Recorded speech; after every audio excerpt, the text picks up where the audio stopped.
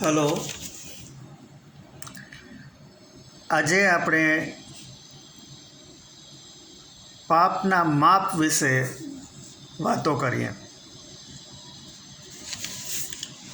કુદરતે પૃથ્વી પર મોકલેલા દરેક જીવનો જીવન જીવવાનો અધિકાર આપણે ઘણી વખત આપણા સ્વાર્થ ખાતર છીનવી આપણે એક ગુનાહિત કૃત્ય કરીએ છીએ. એ જીવ કરતાં આપણે વધારે શક્તિશાળી હોવાથી એ કૃત્ય શક્ય બને છે. આ એક જીવ હત્યાનો પાપ ગણાય છે. આ પાપ કૃત્યને અટકાવવા ધર્મોએ જાત જાતની ડરાવવાની કોશિશ કરી છે. તમે નર્કમાં જશો ત્યાં તમારે યાતનાઓ સહન કરવી પડશે, ઉકળતા તેલમાં તમારો હાથ ડૂબાડવામાં આવશે વગેરે. હવે વિચારો કે તેલ માટે ધરતીમાં બિયારણ વાવી, બીજ રોપવા પડે, પાક આવ્યા બાદ બિયા કાઢી તેને ઓઇલ મિલમાં પીલી તેલ કાઢવું પડે. આ બધી જ ફેસિલિટીઝ નર્કમાં હશે. ઉપરાંત આપણે જેના અગ્નિ સંસ્કાર કરી નાખ્યા હોય તેના હાથ ફરીથી ક્યાંથી ઉત્પન્ન થાય? ઉપરાંત આપણે જીવના કદને જો અવગણીએ તો દરેક જીવની કિંમત એક સમાન જ ગણાય. તો શું હાથી દાંત માટે કરેલી હાથીની હત્યા અને ચાઇનીઝ રેકેટથી મારેલા એક જ મચ્છરની હત્યા બંનેમાં એક સમાન પાપ થાય છે? આપણે તો ઘરમાં રોજ રેકેટ ફેરવી અનેક મચ્છરો મારીએ છીએ. ઉપરાંત વાંદા મારવાની જેલ અથવા સ્પ્રે કરીને તેમનો પણ નાશ કરીએ છીએ.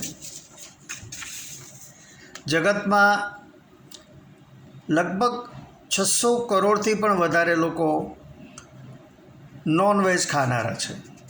તે લોકો ફિશ, ચિકન, મટન, બીફ અને અન્ય પ્રકારના અનેક માંસાહારી ખોરાક લેતા હોય છે.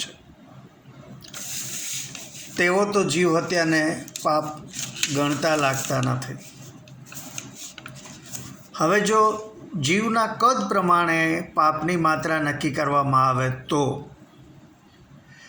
10થી 15 મનુષ્યોની હત્યાથી એક હાથીને મારવા જેટલું પાપ લાગે. સવાલ એ છે કે કેટલા પાપે નર્કનું એડમિશન સિક્યોર થાય, એટલે કે આપણા માટે નર્કના દ્વાર ખુલે. વૈજ્ઞાનિકોએ તો દરેક અસ્તિત્વને માપવાનો એકમ નક્કી કર્યો છે. ગરમી તો કહેશે કે 42 ડિગ્રી સેલ્સિયસ છે. વડોદરાથી મુંબઈનું ડિસ્ટન્સ 400 કિલોમીટર દૂર છે. આટલા લીટર દૂધ વગેરે. ઇવન વાતાવરણમાં રહેલી હવાનું દબાણ પણ વૈજ્ઞાનિકો કહે છે કે 760 mm ઓફ Hg એટલે કે મર્ક્યુરી પારા જેટલું છે. પરંતુ પાપ માપવાનો કોઈ એકમ છે ખરો? If there is no unit for the measurement of sin, how can we quantify it? આપણી ન્યાય પદ્ધતિમાં ગુનાનું પ્રમાણ નક્કી કરી તે પ્રમાણે જ સજા ફરમાવવામાં આવે છે. કરેલા જુર્મ પ્રમાણે જ સજા આપવામાં આવે છે.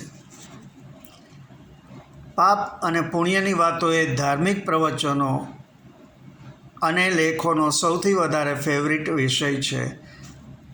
અને એવો જ બીજો વિષય છે સ્વર્ગ અને નર્ક, જ્યાં ગયા વગર ત્યાંનું વાતાવરણ, ત્યાંના વ્યવહાર વગેરેની વાતોમાં પ્રવચનોમાં દિવસો નીકળી જાય છે.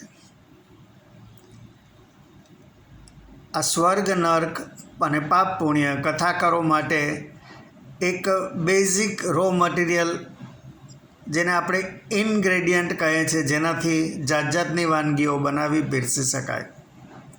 માત્ર કલ્પના શક્તિ અને ક્રિએટિવિટી હોવી જોઈએ. સ્વાભાવિક છે કે સ્વર્ગ અને નર્ક અલગ અલગ દેશો પ્રમાણે અલગ અલગ જ હોવા જોઈએ અને એ પ્રમાણે ત્યાંનો સ્ટાફ હશે, જે એક ગંજાવર વહીવટ છે અને દિન પ્રતિદિન વધતો જાય છે. હવે નર્કમાં જેની સજા પૂરી થઈ જાય તેને તો પાછા પૃથ્વી પર મોકલાવતા હશે અને એ જ પ્રમાણે સ્વર્ગમાં જેના પુણ્યોનું બેલેન્સ વપરાઈ જાય તેમણે પૃથ્વી પર પાછા મોકલાવવામાં આવતા હશે. ઘણા લોકો કહે છે કે સ્વર્ગ અને નર્ક જેવું કાંઈ જ નથી, બધું અહીં જ છે.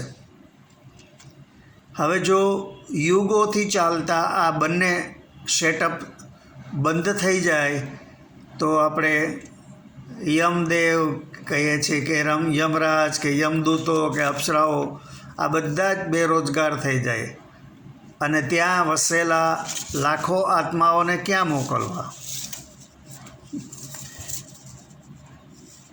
એટલે અત્યારે તો એવું દેખાય છે કે કરોડો લોકો સ્વર્ગ અને નર્ક, પાપ અને પુણ્ય વગેરેને અર્થહીન કલ્પનાઓ ગણીને જ જીવન જીવતા જોવા મળે છે.